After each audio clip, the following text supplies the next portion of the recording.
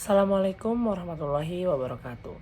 Halo semuanya, perkenalkan nama saya Hilali Adiakosasi.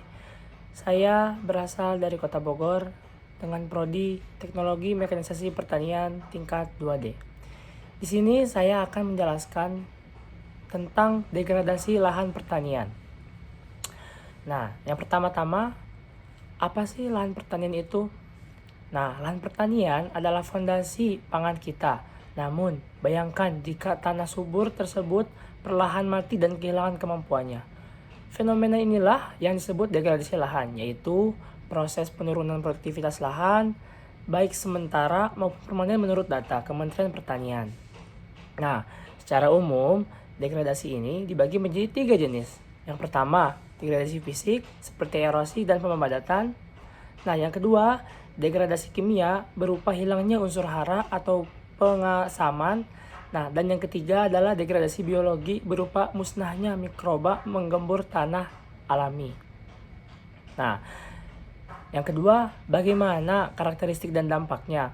Tanah yang terdegradasi dicirikan dengan hilangnya lapisan topsoil yang kaya bahan organik. Tanah berubah tekstur menjadi keras, padat, dan sulit menyerap air. Berdasarkan kajian dalam Jurnal Ilmu Pangan dan Teknologi Pertanian JITS, kerusakan lapisan atas tanah ini menurunkan kesuburan secara drastis. Bahkan erosi tanah dapat menurunkan produksi tanaman hingga 30%. Nah, setiap kehilangan 1 cm lapisan tanah berpotensi menurunkan hasil komoditas seperti jagung sebanyak 0,03 hingga 0,15 ton per hektar. Dampak buruknya adalah tingginya sedimentasi di sungai yang memicu banjir dan kekeringan musiman.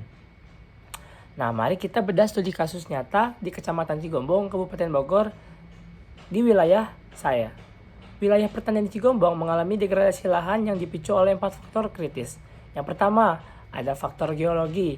Nah, berada di zona vulkanik bawah lereng, tanah di Cigombong berkembang dari bahan induk andesit dan tufa vulkanik yang kaya fraksi debu, membuatnya sangat peka terhadap geseran, erosi, dan longsor, menurut dokumen klasifikasi lahan kering IPB. Nah, yang kedua, ada faktor erosi. Kemiringan lereng yang curam di atas 25-45% mempercepat volume dan daya rusak aliran permukaan air sangat mengikis tanah subur. Yang ketiga, ada faktor hidrologi. Cigombong memiliki curah hujan harian yang sangat tinggi. Air hujan yang jatuh langsung menghantam tanah longsor tanpa vegetasi, mencuci habis unsur hara. Dan yang terakhir adalah perbuatan manusia.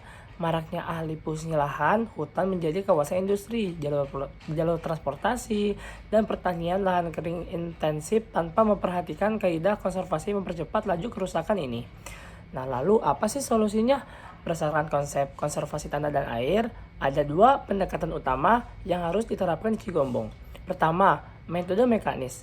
Nah, metode mekanis ini petani wajib membuat tersaring bangku pada lahan miring untuk memotong panjang lereng dan memperlambat aliran air.